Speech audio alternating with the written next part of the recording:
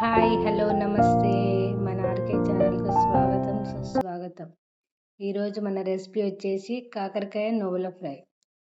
ఇక్కడ నేను కాకరకాయలను చిన్న ముక్కలు కోసి కాకరకాయలు ఇంకా ఉల్లిగడ్డ ఇంకా పచ్చిమిర్చి కట్ చేసి పెట్టుకున్నా.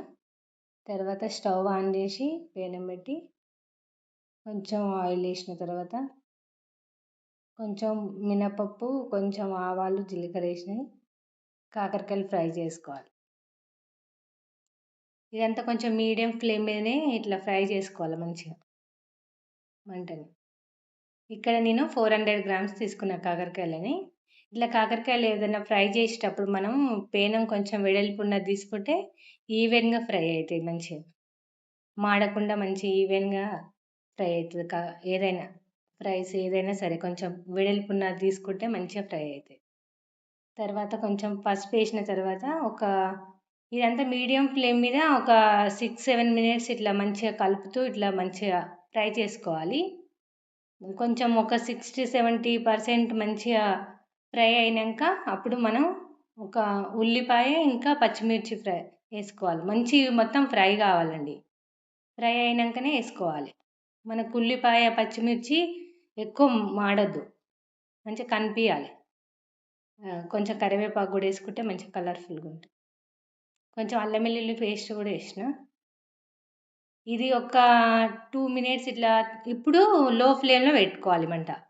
ఇప్పుడు 2 మినిట్స్ ఇట్లా కలిపిన తర్వాత ఇందులో నేను నువ్వులను మంచిగా చిన్న మంట మీద వేయించి పొడి చేసుకున్నా.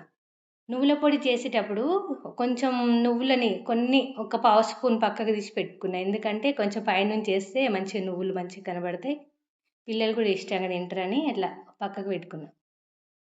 ఇప్పుడు నువ్వుల పొడి వేసిన కదా, అందులోనే నేను ధనియాల పొడి వేసిన. సేమ్ కలర్ ఉండడం వల్ల కనబడట్లేదు. 1/2 స్పూన్ ధనియాల పొడి కూడా వేసిన.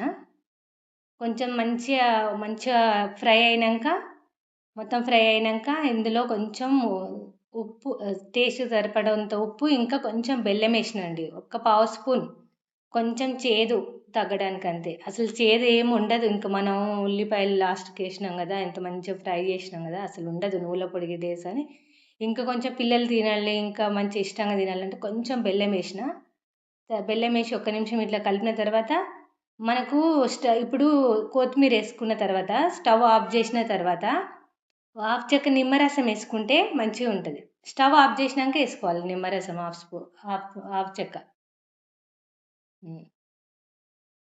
సరే, అసలు కాకరకాయ చేదు అనేటోళ్ళు కూడా ఈ కాకరకాయ ఫ్రైని ఎంతో ఇష్టంగా తింటారు. ఒక్కసారి తప్పకుండా ఇలా ట్రై చేసి మీ ఫీడ్బ్యాక్ ఇవ్వండి.